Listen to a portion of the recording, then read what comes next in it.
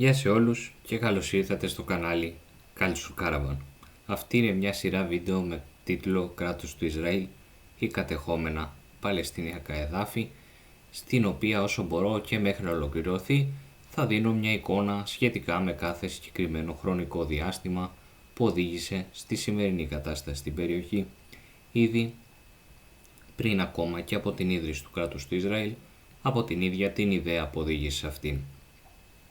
Με την ιδέα που οδήγησε στην ίδρυση του κράτους του Ισραήλ, στην λεγόμενη τότε και ιστορική Παλαιστίνη, ήτι την ιδέα του σιωνισμού, καθώς και το πώς φτάσαμε από το 1897 έως το 1967, ασχοληθήκαμε στα πρώτα δύο μέρη της σειράς, τα οποία μπορείτε να βρείτε και να τα παρακολουθήσετε στο κανάλι, καθώς και στην αντίστοιχη λίστα αναπαραγωγής. Το σημερινό τρίτο μέρος αυτής της σειράς αφορά το διάστημα μετά τον πόλεμο των 6 ημερών το 1967 έως και το λεγόμενο πόλεμο του Γιομ Κιπούρ το 1973. Τον τελευταίο ωστόσο αποφάσισα να τον αφήσω για το επόμενο μέρος της σειράς, καθώς η ανάλυση του θα έκανε το βίντεο αρκετά μεγάλο. Τώρα θα είναι περίπου στα 10 λεπτά και θα αφαιρούσε ποιοτικά από την κατανόηση όλων των άλλων προτάσεων που θα λεχθούν. Αρχικά, ας δούμε λίγο σύντομα σε ποιο σημείο της σύραξης είχαμε μείνει ιστορικά στο τελευταίο μας βίντεο.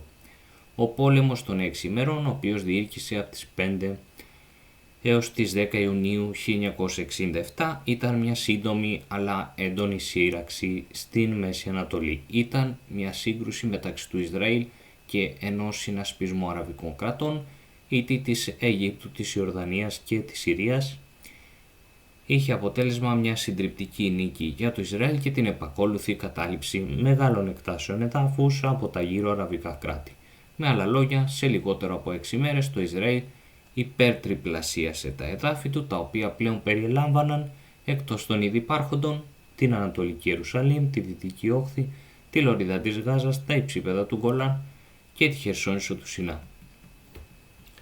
Αυτό είναι το πλαίσιο στο οποίο διαδραματίζονται τα γεγονότα που ακολουθούν μετά το 1967, σίγουρα έως και το λεγόμενο πόλεμο του Γιομ Κιπούρ τον Οκτώβρη του 1973. Έπειτα από αυτά, για τους Παλαιστινίους το αποτέλεσμα του πολέμου των 6 ημερών είχε τεράστιες συνέπειες. Πρώτον, χάνεται προς στιγμήν και το τελευταίο αραβικό έδαφος όπου ήλπιζαν σε επιστροφή. Πλέον όλα τα λεγόμενα Παλαιστινιακά εδάφη είχαν περιέλθει σε Ισραηλινή κατοχή. Δεύτερον, καταρρέει η εμπιστοσύνη στους αραβικούς στρατούς, καθώς δεν κατάφεραν σε καμία περίπτωση να υπερασπιστούν αποτελεσματικά τους ίδιους και τα εδάφη τους, αλλά έδειξαν αναξιόπιστη οργανωτικά απέναντι στις Ισραηλινές δυνάμεις. Έπειτα γεννιέται πλέον η ιδέα ότι κανείς δεν θα μας ελευθερώσει παρά μόνο εμείς, καθώς, όπως αναφέρθηκε στο δεύτερο σημείο, σε καμία περίπτωση οι αραβικοί στρατοί δεν κατάφεραν έως τότε αποτελεσματικά σε σχέση με την Αραβο-Ισραηλινή σύραξη κάποιο αποτέλεσμα και ούτε ουσιαστικά υπερασπίστηκαν τα δικαιώματα των Παλαιστινίων. Έτσι, από το 1967 και μετά η πρωτοβουλία αντίστασης απέναντι στο Ισραήλ περνά από τα αραβικά κράτη στις Παλαιστινιακές αντιστασιακές οργανώσεις, κυρίως την PLO, στα ελληνικά Οργάνωση για την Απελευθέρωση της Παλαιστίνης, η ΟΑΠ, υπό τον Γιάσερ Αραφάτ εκείνη την εποχή. Ακολουθεί μετά και τον πόλεμο των 6 ημερών και όλα αυτά που αναφέρθηκαν, η άνοδος των λεγόμενων Φενταγίν και η μετατροπή της Ιορδανίας σε βάση πολέμου.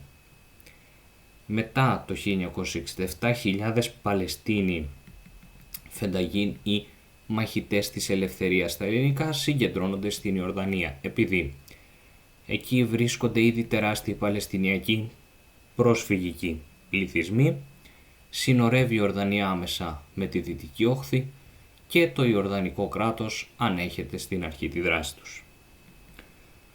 Οπότε από την Ιορδανία ξεκινούν διεισδύσεις, σαμποτάζ και επιθέσεις κατά Ισραηλινών στόχων. Η PLO αρχίζει να λειτουργεί σχεδόν ως κράτος μέσα στο κράτος. Έχει οδοφράγματα, έχει ενόπλους, φορολογεί μέχρι και αγνοεί την εξουσία του βασιλιά. Αυτό δημιουργεί ανοιχτή σύγκρουση με τον βασιλιά Χουσέιν και είναι και ένας από τους λόγους όπου η Ιορδανία συνέχισε τόσο τη σκληρή τη στάση απέναντι στους Παλαιστίνους πρόσφυγες, όσο και αποστασιοποιήθηκε σαν κράτος πλέον από το Παλαιστινιακό ζήτημα. Είναι ένας από τους λόγους, υπάρχουν και άλλοι εννοείται, δεν είναι ο μόνος, αλλά είναι σημαντικός και το αναφέρω και σε σχέση με ένα σχόλιο που έλαβα στο προηγούμενο βίντεο της σειράς. Στη συνέχεια, το 1968 ακολούθησε η λεγόμενη μάχη του Καραμέχ ή Ελ-Καράμα. Λέγεται ότι αποτέλεσε την πρώτη ψυχολογική νίκη των Παλαιστινίων. Το Ισραήλ επιτίθεται στο Παλαιστινιακό στρατόπεδο του Καραμέχ στην Ιορδανία. Στρατιωτικά, οι απώλειες στο Φενταγίν είναι βαριές, αλλά πολιτικά η μάχη παρουσιάστηκε στον αραβικό κόσμο ως ότι οι Παλαιστίνοι αντιστάθηκαν εκεί που αραβικοί στρατοί κατέρευσαν το 1967. Αυτό εκτοξεύει το κύρος του Αραφάτ και των Παλαιστινίων ανταρτών, τις στρατολογήσεις και τη λαϊκή υποστήριξη στην ένοπλη πάλη. Από εδώ και πέρα οι πιο νέες γενιές Παλαιστινίων πείθονται ότι η προβεβλημένη ένοπλη δράση είναι ο μόνος τρόπος να ξαναμπεί το ζήτημά τους στην παγκόσμια ατζέντα. Ουσιαστικά ο λεγόμενος Μαύρος Σεπτέμβρης στην Ιορδανία το 1970 που ακολούθησε λειτουργήσε ως σημείο καμπής, καθώς παλαιστινιακές οργανώσεις προκαλούν την εξουσία σε σημείο που υπάρχουν απόπειρες και κατά του βασιλιά. Στην ουσία ο βασιλιάς Χουσέιν πλέον του Χασεμιτικού βασιλείου της Ιορδανίας, να πούμε εδώ, αποφασίζει να συντρίψει την PLO. Ο Ιορδανικός στρατός επιτίθεται το 1970 στα Παλαιστινιακά στρατόπεδα στο Αμάν αλλά και σε άλλες περιοχές. Ακολουθούν χιλιάδες νεκροί, εκαθαρίσεις και μαζική εκδίωξη της Παλαιστινιακής ηγεσίας από την Ιορδανία. Για τους Παλαιστίνους αυτό βιώνεται πλέον ως διπλή προδοσία, γιατί υπήρξε η συντριπτική ήττα από το Ισραήλ το 1967 και πλέον μια σφαγή από ένα αραβικό καθεστώς το 1970. Το ψυχολογικό συμπέρασμα πολλών Παλαιστίνιων μαχητών ήταν «Είμαστε μόνοι εναντίον όλων, Ισραήλ, Δύσης και αραβικών μοναρχιών». Πολύ σημαντικό συμπέρασμα αυτό, σε ένα πολύ κρίσιμο σημείο χρονικά για το Παλαιστινιακό ζήτημα. Έτσι, από τα κατάλοιπα αυτής της ήττας γεννιέται η οργάνωση με το όνομα Black September ή Μαύρο Σεπτέμβρης. Το ίδιο το όνομα είναι μνημείο εκδίκησης προς τα γεγονότα του Σεπτεμβρίου του 1970. Σκοπή της οργάνωσης ήταν η εκδίκηση κατά της Ιορδανίας, πλήγματα κατά Ισραηλινών στόχων διεθνώς, αλλά και ευρύτερα διεθνής δημοσιότητα με θεαματικές επιχειρήσεις. Η ομάδα αυτή λειτουργεί ως μυστική ένοπλη προέκταση κύκλων της Φατάχ και συνδέεται με την ευρύτερη Παλαιστινιακή παραστρατιωτική υποδομή. Μετά την εκδίωξη από την Ιορδανία, οι Παλαιστινιακές οργανώσεις τη δεκαετία του 70 μεταφέρονται στο Λίβανο. Έχουν εκεί μεγαλύτερη ελευθερία κινήσεων, συνδέονται με διεθνή δίκτυα επαναστατών και αποκτούν ευρωπαϊκές διασυνδέσεις. Η λογική πλέον δεν περιορίζεται στο χτυπώ το Ισραήλ στα σύνορα. Είναι χτυπώ Ισραηλινούς και εβραϊκούς στόχους οπουδήποτε στον κόσμο σε χώρο με μεγάλη δημοσιότητα. Αυτό από κάποιους ερευνητές θεωρείται ως η πλήρης γέννηση της συμβολικής διεθνούς τρομοκρατίας. Χωρίς εννοείται να υπάρχει ούτε τότε αλλά ούτε και τώρα καθολικός αποδεκτός ορισμός του όρου τρομοκρατία, αλλά αυτό είναι ένα άλλο θέμα για ένα άλλο βίντεο.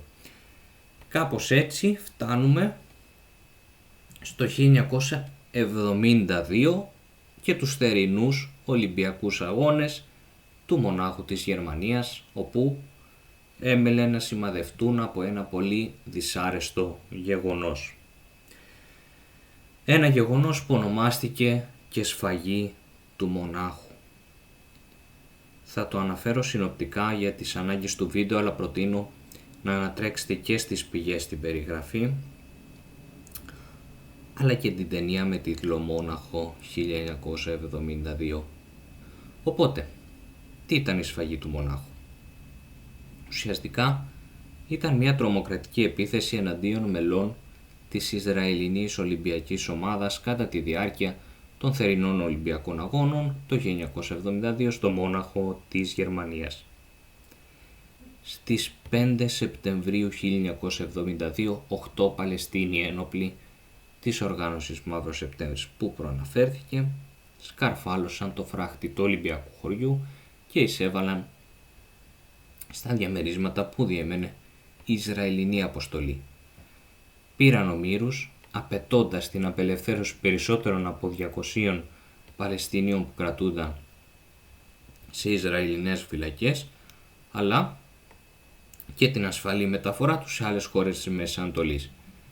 Μία αποτυχημένη επιχείρηση διάσωσης των Ισραηλινών αθλητών σε μία κοντινή αεροπορική βάση 25 χιλιόμετρα δυτικά του Ολυμπιακού χωριού κατέληξε στο θάνατο 11 Ισραηλινών, ενός αστυνομικού του Μονάχου και 5 τρομοκρατών του Μαύρου Σεπτέμβρη. Οι Ολυμπιακοί Αγώνες ανεστάλησαν για 24 ώρες προς τιμήν των δολοφονημένων αθλητών. Μετά τη σφαγή του Μονάχου το 1972, η ένταση στη Μέση Ανατολή οξύνθηκε ακόμα περισσότερο, ενώ το Παλαιστινιακό ζήτημα συνδέθηκε πλέον με την γενικότερη Αραβο-Ισραηλινή αντιπαράθεση, αλλά απέκτησε και δική του μοναδική Παλαιστινιακή αντιστασιακή ταυτότητα. Το Ισραήλ απάντησε με σκληρές επιχειρήσεις αντιπίνων, γεγονός που αύξησε την οργή στον αραβικό κόσμο.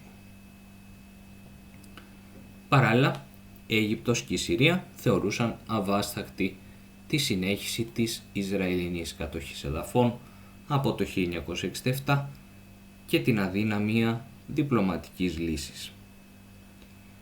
Η αραβική ηγεσία κατέληξε ότι μόνο μια νέα συντονισμένη στρατιωτική επίθεση θα μπορούσε να ανατρέψει το αδιέξοδο αυτό, να αποκαταστήσει το χαμένο κύρος της και να πιέσει τη διεθνή κοινότητα. Πράγμα που έγινε ένα χρόνο αργότερα, το 1973, στο λεγόμενο πόλεμο του Γιόμ Κιπούρ ή πόλεμο του Οκτώβρη, ο οποίος όμως θα αναλυθεί σε επόμενο βίντεο της σειράς. Σας ευχαριστώ όλους και όλες που παρακολουθήσατε το σημερινό βίντεο. Μην ξεχάσετε φεύγοντας να κάνετε ένα like και ένα σχόλιο εάν σας άρεσε και μια εγγραφή στο κανάλι για να σας έρχονται ειδοποιήσεις για μελλοντικά βίντεο σαν και αυτό και όχι μόνο. Μέχρι το επόμενο, να είστε όλες και όλοι καλά.